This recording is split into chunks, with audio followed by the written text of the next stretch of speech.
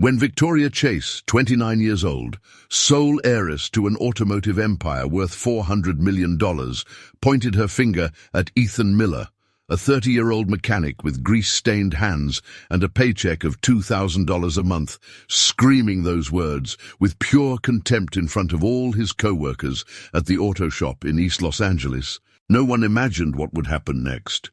She was there to pick up her red Ferrari. He was there simply trying to survive another day while sending money to his sister battling cancer in Phoenix.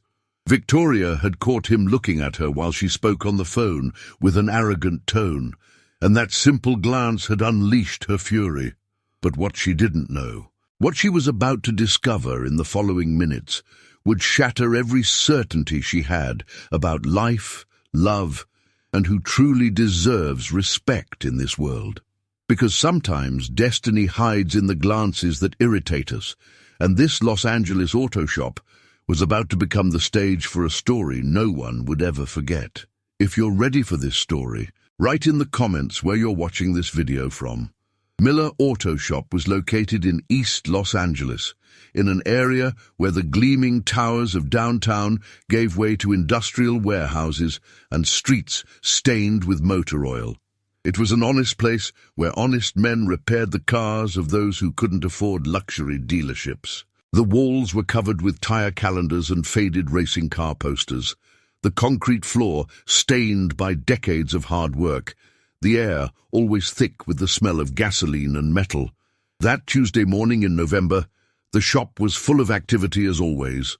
5 mechanics worked under cars, elevated on lifts, wrenches clinking against metal, the radio playing classic rock in the background. It was a masculine environment, rough, where jokes were crude and laughter was loud.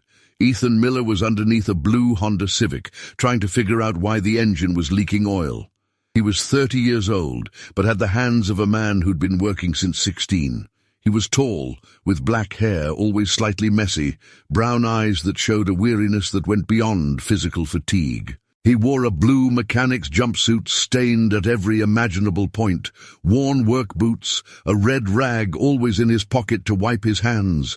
He'd been born in Phoenix, Arizona, grown up in one of those neighborhoods where life teaches you early that nothing comes free. His father had died when he was 12, leaving him alone with his mother and a younger sister, Sarah. Ethan had dropped out of high school at 16 to work, sending every penny home to help the family. He'd learned the mechanic's trade from an old Arizona man who saw something special in him, that rare combination of intelligent hands and an honest heart. 5 years ago, he'd moved to Los Angeles looking for better opportunities, finding work at Miller Auto Shop. He earned $2,000 a month, lived in a shared room with 2 guys from El Salvador in the outskirts, and sent $1,200 every month to Phoenix, where Sarah was fighting lymphoma that was devouring the family's savings and the hope in his mother's eyes.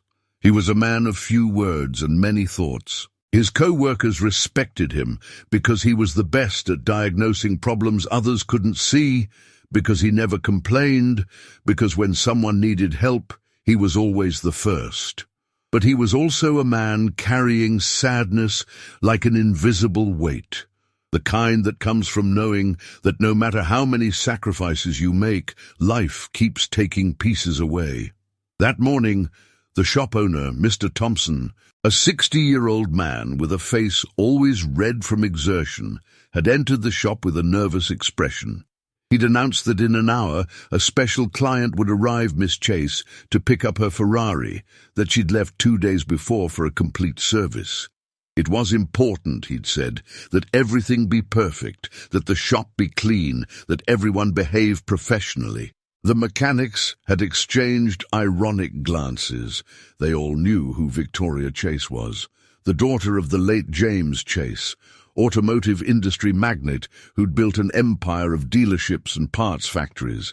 He died 6 months earlier, leaving everything to his only daughter, a woman said to be as beautiful as she was cruel, as rich as she was arrogant. Gossip magazines always photographed her at exclusive parties, wearing dresses that cost more than a normal car, surrounded by fake friends and interested suitors. The Ferrari was a 488 Spider in Maranello red, a car that cost $300,000 and gleamed in the shop like a jewel in a flea market. Ethan had personally checked it, changed the oil, verified the brakes, cleaned every inch until it looked factory fresh. Not because he cared about impressing some spoiled rich girl, but because it was his job, and he always did it well, regardless of who owned the car. When Victoria Chase walked into the shop at exactly 11 o'clock, it was like a creature from another planet had landed in this world of grease and sweat. She was tall, with a perfect figure sculpted by hours at private gyms and expensive nutritionists. She wore an immaculate white pantsuit that seemed to defy every stain in the shop, vertiginous heels that echoed with each step on the concrete, Chanel sunglasses covering half her face. Her blonde hair was pulled back in a perfect bun. A pearl and diamond necklace sparkled at her neck. Bracelets on her wrists clinked with each movement. Behind her, two men in suits who were clearly assistants or bodyguards. Silence fell over the shop. The men stopped, some with wrenches still in hand, watching this apparition of wealth and power in their humble space. Mr. Thompson rushed toward her with a servile smile, nervously wiping his hands on a rag. Victoria removed her sunglasses with a studied gesture, revealing ice-green eyes that scanned the shop with evident disgust. Her nose wrinkled slightly at the smell of gasoline, her perfectly made-up lips pressed into a thin line of disapproval. She spoke to Mr. Thompson in a tone that left no doubt about the hierarchy. She wanted to see the car. She wanted guarantees that the work had been done perfectly. She wanted to leave this horrible place as soon as possible. Every word was imbued with that arrogance that comes from someone who's never had to ask for anything, who's grown up knowing the world bends to their wishes. Mr. Thompson called Ethan, explaining that he was the one who'd worked on the Ferrari. Ethan emerged from under the Civic, wiping his hands on his red rag, and approached. He didn't bow, didn't lower his gaze, didn't show any sign of being impressed or intimidated. He simply explained in a calm voice what he'd done, showing her the service report, answering her technical questions with professional competence. Victoria watched him as he spoke, and something about his attitude deeply irritated her. It was the absence of deference, the fact that he treated her like any other customer, that he didn't seem impressed or intimidated by her presence. She was used to making people lower their gazes, making voices tremble, making people run to serve her. This dirty mechanic with working hands looked her in the eyes as if they were equals. Then it happened. While Victoria was talking on the phone with someone, raising her voice to complain that she was wasting time in a stinking shop with common people, she noticed Ethan looking at her. Not with desire or admiration, not with the envy she normally saw in poor people's eyes, but with something resembling compassion mixed with sadness, as if looking at someone to be pitied rather than someone to be envied. That expression infuriated her more than any insult. Who was he, this raggedy man with dirty hands who smelled of grease, to look at her that way? How dare he pity her, the richest and most powerful woman he'd probably ever meet in his miserable life? She interrupted the call. She turned toward Ethan with eyes blazing with rage, and with a theatrical gesture she pointed her finger at him while screaming the words that would change everything. The words echoed through the shop like a slap. The mechanic stopped, incredulous. Mr. Thompson turned pale. Victoria's assistant smiled smugly. And Ethan simply looked at her with those brown eyes that continued showing that damned compassion that made her feel naked and vulnerable. But before she could say more, before she could enjoy the humiliation of this man who dared look at her as if he could see through her, Ethan's phone rang in his jumpsuit pocket. Ethan's phone rang. Normally he wouldn't have answered during work, but something in his instinct told him to. He turned his back to Victoria and answered. His mother's voice was broken, desperate, interrupted by sobs. Sarah had suddenly gotten worse. The tumor had responded poorly to chemotherapy. There was an experimental treatment at a private clinic in Los Angeles that could save her, but it cost $50,000. A few days to decide, maybe a week before it would be too late. Ethan felt his legs failing. His savings amounted to $3,000 after years of sacrifice. Banks didn't lend money to people like them. It was impossible, mathematically, tragically impossible. He promised his mother he'd find a way, a lie spoken while desperation gripped his throat. Then he ended the call before his mother could hear his voice break. The shop was strangely silent. Victoria found herself staring at a transformed man. In his face, she saw something she'd never seen before. Pure pain, naked desperation, the devastation of someone powerless before the only thing that truly matters. Mr. Thompson told him to go home. Ethan shook his head. He couldn't afford to lose even a day's pay. He wanted to keep working, needed to stay busy. Victoria asked what had happened. Ethan looked at her as if he'd forgotten she was still there. Too tired to maintain defenses, he told her the truth. His sister was dying. There was a treatment that could save her, but it cost $50,000. He didn't have the money. In a week, it would be too late. The silence that followed was absolute. Ethan went back to work, disappearing under the Civic as if the conversation had never happened.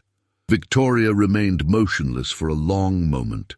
Then, without a word, she turned and walked out of the shop with her heels echoing on the cement, leaving everyone confused, and herself more confused than anyone. The next 72 hours were hell.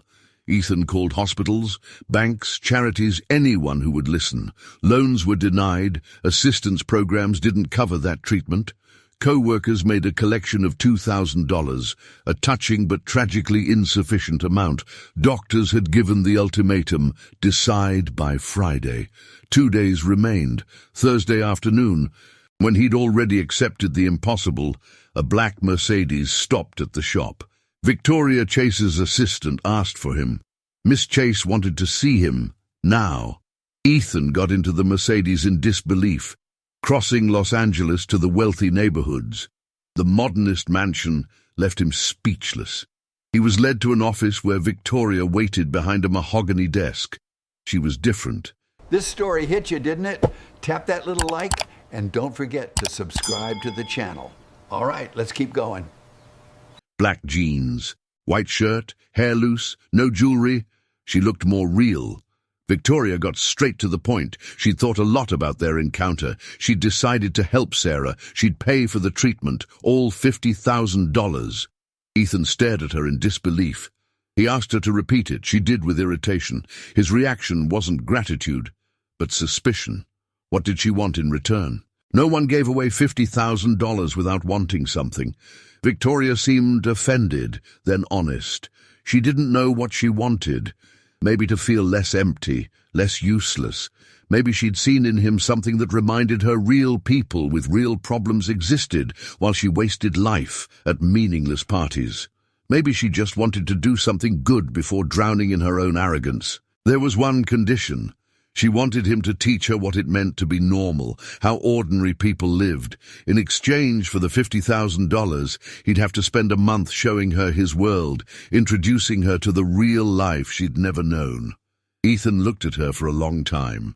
In her green eyes, he saw something that surprised him. Loneliness. The deep loneliness of someone who has everything and has nothing. He accepted. What did he have to lose? Sarah's treatment began the following Monday at a private clinic in Los Angeles. Ethan traveled to be with his family during the first critical days, returning Thursday with hope in his chest. Doctors were optimistic. Sarah was responding well. The pact with Victoria began the following Saturday. She showed up dressed in what she thought was normal. Designer jeans that cost more than his monthly rent, brand-name sneakers, a leather bag that screamed luxury. He took her to a thrift store and bought her normal clothes. If she wanted to understand his world, she had to start dressing like someone who lived on $2,000 a month. The first weeks were a comic disaster. Victoria didn't know how to take the subway, complained about the noise and crowds. She didn't know how to cook, was shocked by supermarket prices.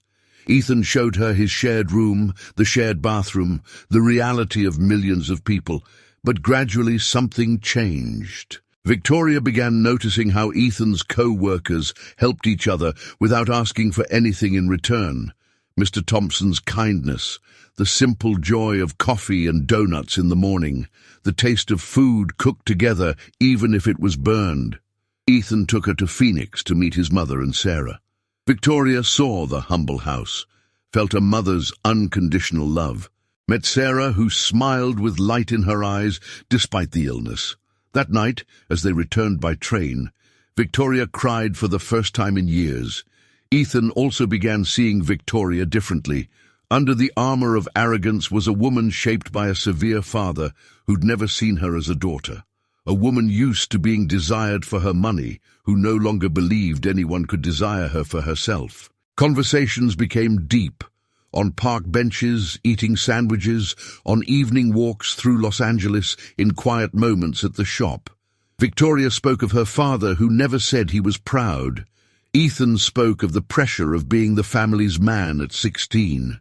And somewhere in those 4 weeks, between crowded subways and small apartments, between genuine laughter and whispered confessions, they fell in love. The last night of their pact, they were on the roof of Ethan's building, watching Los Angeles lit up at night, drinking cheap beer from cans. Victoria said the month was over, but she didn't want it to be. Ethan said neither did he. And when they kissed, finally, it tasted like beer and freedom and truth. The following weeks were the happiest and most complicated. They tried to keep the relationship secret, but Los Angeles is a small city in high society circles. Someone photographed Victoria kissing an unknown man outside the shop. The photos ended up in gossip papers. The media explosion was brutal. Headlines screamed scandal, the chase heiress with a mechanic. Social media comments accused her of being crazy and him of being a gold digger. Victoria's friends called scandalized. The board of directors called an emergency meeting. Lawyers warned her of a possible legal challenge to her inheritance. For Ethan, it was equally difficult. Co-workers treated him differently. Some clients no longer wanted to bring their cars where the millionaire's boyfriend worked. The crisis came when Victoria's cousin, Robert Chase, filed a legal petition questioning Victoria's fitness to manage the family empire, citing her relationship with a fortune hunter. The media turned everything into a circus. Victoria crumbled under the pressure, not from fear of losing the money, but fear of losing what her father had built. She told Ethan maybe they were moving too fast, that they needed time. Ethan understood what was happening. In a gesture that showed more love than 1,000 words, he told her he'd step back, not because he didn't love her, but precisely because he loved her enough not to want to be the cause of her destruction. They broke up on a Wednesday afternoon, both crying. Victoria returned to her world of mansions and board meetings. Ethan returned to his shop and sleepless nights. The weeks that followed were pure agony for both. 2 months passed like years. Victoria immersed herself in work, proving to the board and the world she was more than capable of managing the Chase empire. She restructured the company, cut dead branches, invested in innovation. Profits grew, stocks rose, critics were silenced one by one. Robert Chase withdrew his legal petition when it became clear Victoria was a better leader than anyone had imagined.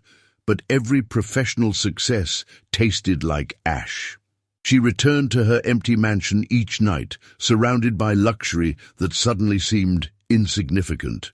The friends she went out with seemed superficial, conversations empty, parties boring. She'd won the war for her empire, but felt she'd lost the battle for her soul. Ethan continued working at the shop, sending money to Phoenix where Sarah was finally healing, living his simple life. But colors seemed duller now, days longer. He found himself watching every red Ferrari that passed, stupidly hoping to see her. He dated a few girls co-workers introduced him to, but every conversation only made him think of Victoria, how she understood things these women couldn't imagine. It was Sarah, ironically, who forced both to face the truth. She'd come to Los Angeles to personally thank Victoria for saving her life. She found a woman who had everything except the only thing that mattered.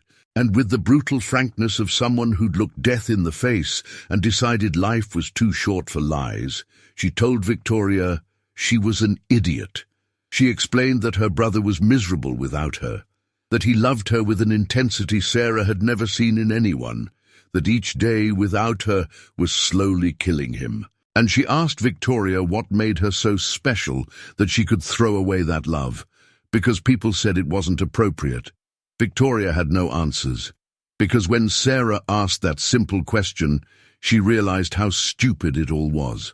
She'd spent her life doing what others expected, following rules written by people who didn't really care about her.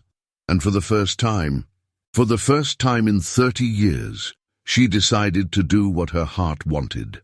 That afternoon, while rain fell on Los Angeles with that November rain that seems to wash away the city's sins, Victoria drove her red Ferrari to Miller Auto Shop.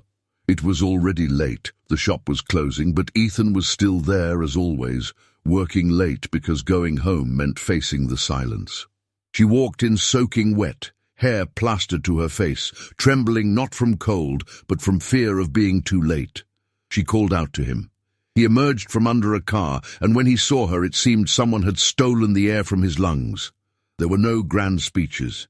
She simply said she was sorry, that she'd been a coward, that she chose him above everything else. He walked toward her, leaving grease footprints on the floor, took her in his arms without worrying about getting her dirty, and kissed her as if it were the last time and the first time simultaneously. They decided in that moment to stop hiding, to stop worrying about what the world said. Victoria called a press conference where she announced her relationship publicly, defying anyone who wanted to judge her. She said Ethan had taught her more about real value, true love, real life than 30 years surrounded by empty wealth had taught her. The media reaction was mixed, but they no longer cared. True friends supported them. The others revealed themselves for what they'd always been, people whose opinion didn't matter. A year later, they got married. It wasn't the dream wedding society expected. It was a small ceremony in a church in Phoenix, with Ethan's family, a few true friends, and a love so palpable that even cynics cried. Victoria wore a simple dress bought at a normal store.